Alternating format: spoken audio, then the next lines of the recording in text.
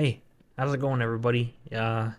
Look, it's no secret that Matt Rhule has a bit of a task, a bit of work cut out for him over the next couple weeks, and I'll let you know why I think this is going to be very impactful and important to how the rest of his tenure turns out. Now, just a couple weeks ago, after the Wisconsin win, I could have told you very confidently that his rebuild in Nebraska and the direction of the program was heading in the right way. We were 6 and 5 at the time, and brought a new offensive coordinator in. Looked like we'd probably be. I felt confident that we would be re-signing him in the offseason, which we now have, obviously Holgerson. So just mere like what 2 weeks ago, felt very confident in the direction of things. Well, a lot has changed since then, guys. As everyone who's likes Husker football at all would be well aware of the fact that everything's changed in the last couple weeks, and it's changed a lot. So at the end of the season, obviously we lost to Iowa. It was a big opportunity, a game we shouldn't have lost. We really beat ourselves to finish 7-5. Still, we get that bowl game, first one since 2016. It's big. Then the news breaks: the defensive staff takes off. Right, so we lose the defensive staff. The why doesn't really matter, frankly. You guys have probably heard things. I've heard things. I don't know. At the end of the day, Rule said it was for family reasons. So until if ever Rule said something different or Tony White said something different, then just leave it at that. At the end of the day, Tony White left. He's taken his D line coach with him. He's taken, it looks like, I should say, it looks like he's taken a lot of our defensive players with him because we had a lot of starters enter the transfer portal. Right, some big names on our side of the ball enter the transfer portal, and I'm assuming they're going to go play for Tony White at Florida State. So just a matter of days. Now, the questions went from being on the offense to having huge questions on the defense. Who's the coordinator? Uh, who are the players? Who's the starters? And who's going to stick around? So, how Matt Rhule navigates that is going to be very important. Now, the good thing is that as of right now, when I'm taping this, which is Sunday night, Emmett Johnson's withdrawn his name from the portal. Is coming back. You know, that's good for the program. That's good for this team and the stability of Holgerson's offense next year.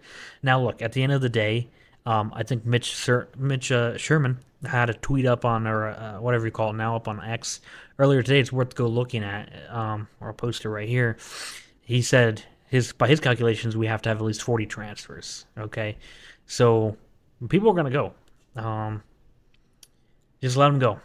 If they're going to leave either because they want to leave, they're going to leave because they get told behind closed doors that, hey, you might want to look elsewhere, or they're going to leave just because they think it's the right thing to do for them and their playing career.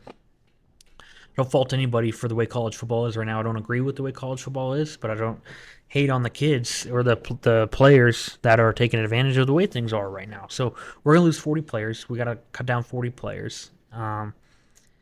And it's the ones we're going to add in the transfer portal that are going to be most important, especially who we replace on defense. Now, linebacker we're going to have to replace, some D line we're going to have to replace, but secondary this year was extremely iffy, and I'm looking for Matt Rhule to make splashes in the secondary as well. I think that would be absolutely critical to get a safety and get another corner opposite Sierra Wright that can ball out next year, because let's face it, that was a huge issue.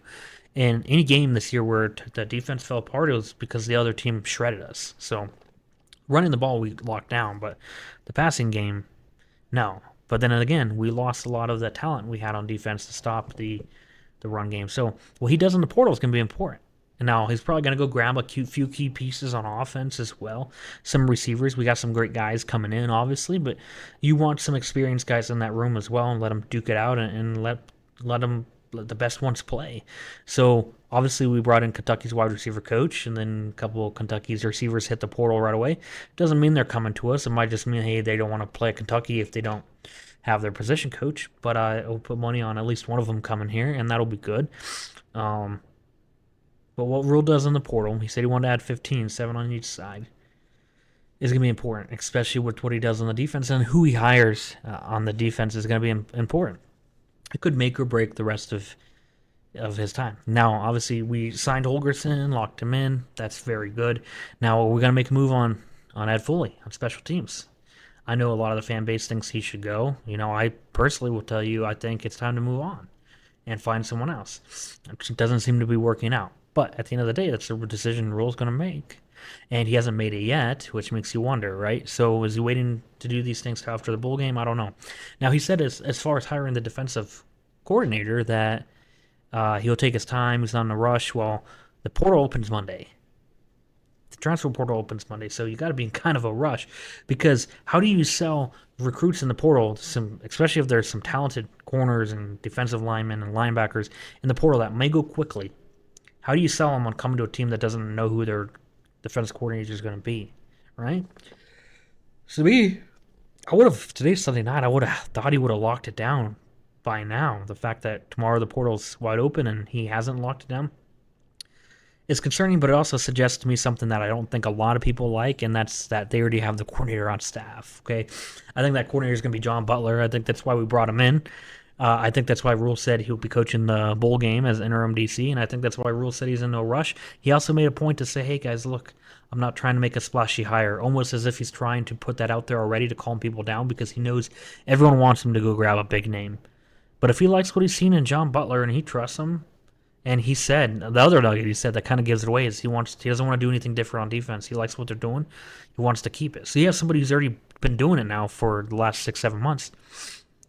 To me, all signs point to Butler. Be surprised if it's not Butler. I know a lot of people don't want to hear that, but for it to have been anyone else, I think you've had to have done something by the day the transfer portal opens when you have to replace key starters on defense.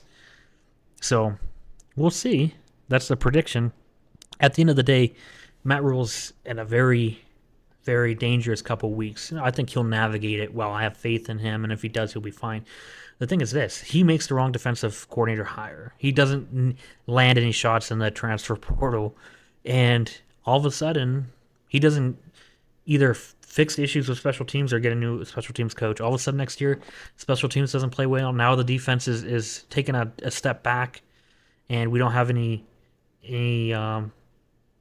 I mean, sure, I think the offense will do better, but if we don't have anybody at the skill positions for Dylan to throw to, I don't know that anyone on the roster right now is going to fill those spots immediately. I don't know. I'm not there, but I just think you got to go get a guy or two.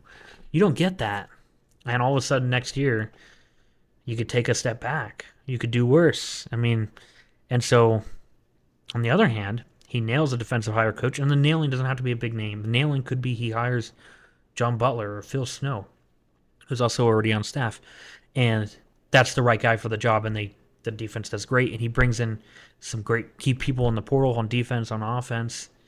Figures out something with special teams, whether it's moving on from Foley or finding a long snapper, whatever the issue is. And next year we win 8, 9, 10 games. So he's at a position now where the decisions he's going to make in the next couple days, couple weeks, are going to define what happens next year. And on year 3, that's could define his time here in Nebraska. I mean, you take off next year, good.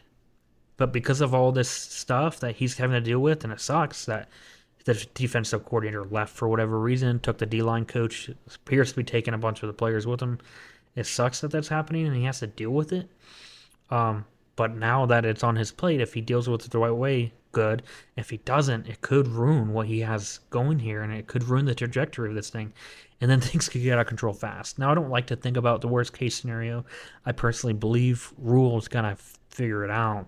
I could be wrong, but I just have faith that he's can navigate. He's very flexible and he can navigate. But I got to just put it out there. I got to bring attention to the fact that we're at a crossroads and it can go one of two ways right now.